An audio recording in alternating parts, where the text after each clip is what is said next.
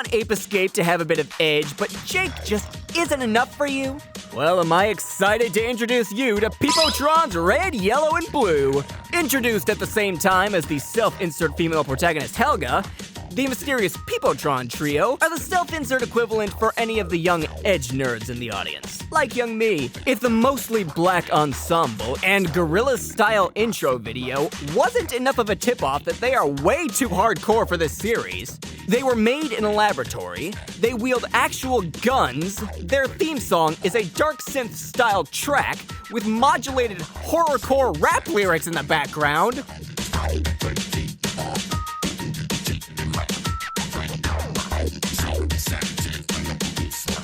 and one of their primary weapons is a body shape altering spike that they have lodged in their hands that is actually named Dark Edge.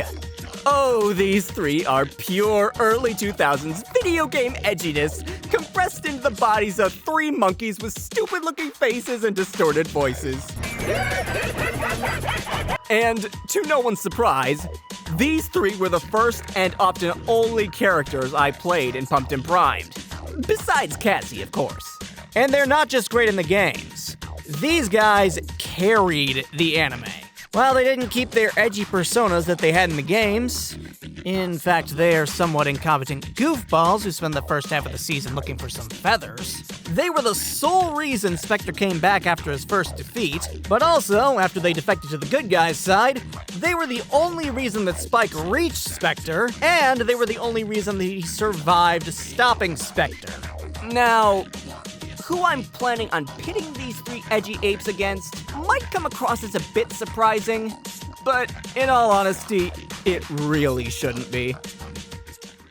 There's something else. When we were wiping Robotnik off our database, we found something. A file buried deep in our system and dating back over 50 years. What was it? Coordinates, sir. Coordinates? To what? A secret research facility. It was a black site, sir. Someone worked very hard to keep this hidden. My God. Project Shadow. Who else? The original Hedgehog himself. The ultimate life form. A tragic, compelling, and legitimately well-developed character who was flanderized into the poster boy for all of the emo, ambivalent towards good and evil OCs that followed him, even by Death Battle itself. I'm sure you know who this guy is, whether it's through his original games or the plethora of memes that he somehow spawned. Minor spelling mistake. I win. And I unironically can't get enough of the guy. This is the cool guy that I wanted to be as a cringe high schooler. Minus all of the guns, obviously. Which is why, to show my respect to the Hedgy Hedgehog, I'm giving him 3 opponents instead of 1. Because I know that he can handle it. In an abandoned, slightly destroyed city, Shadow the Hedgehog walks through an empty street, looking around with an irritated expression on his face. He had heard reports of several dark, animal-like creatures terrorizing the city, and assuming that he has more clones of himself trying to incriminate him, he intends to wipe them out. Interrupting his thoughts, a purple hot rod comes barreling down the road.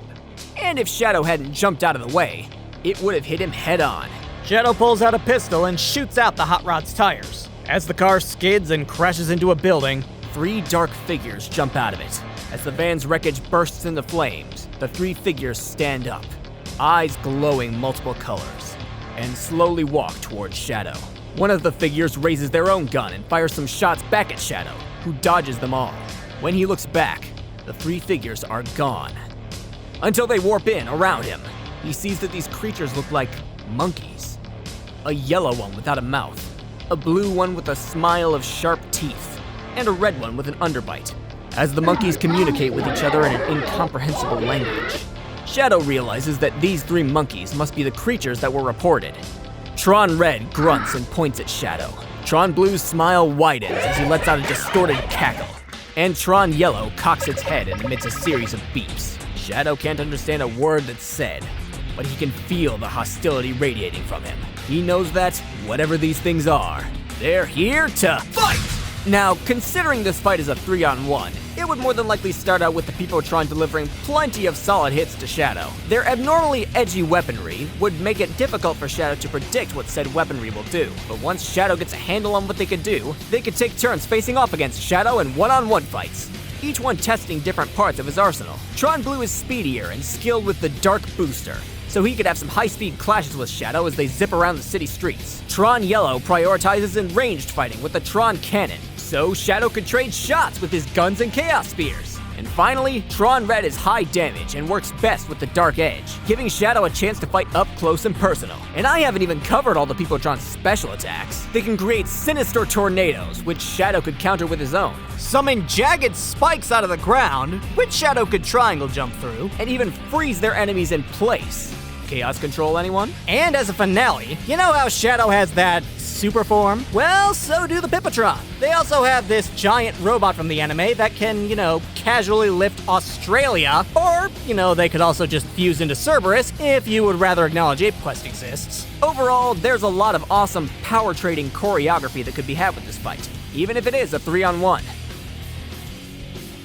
As much as I cherish my lads, I've got to give this to Shadow. Let me reiterate, I love the Pipotron. They're my special cyber monkey guilty pleasure baby boys, and I love them with every fiber of my little green heart. But even if it's 3-on-1, Shadow survived far more and far tougher than 3 artificial monkeys.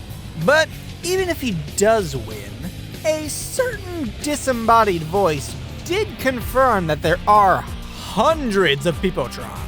So Shadow's battle may be far from over, but no matter how many come, how many choose to stand against him, he will fight, as he always has.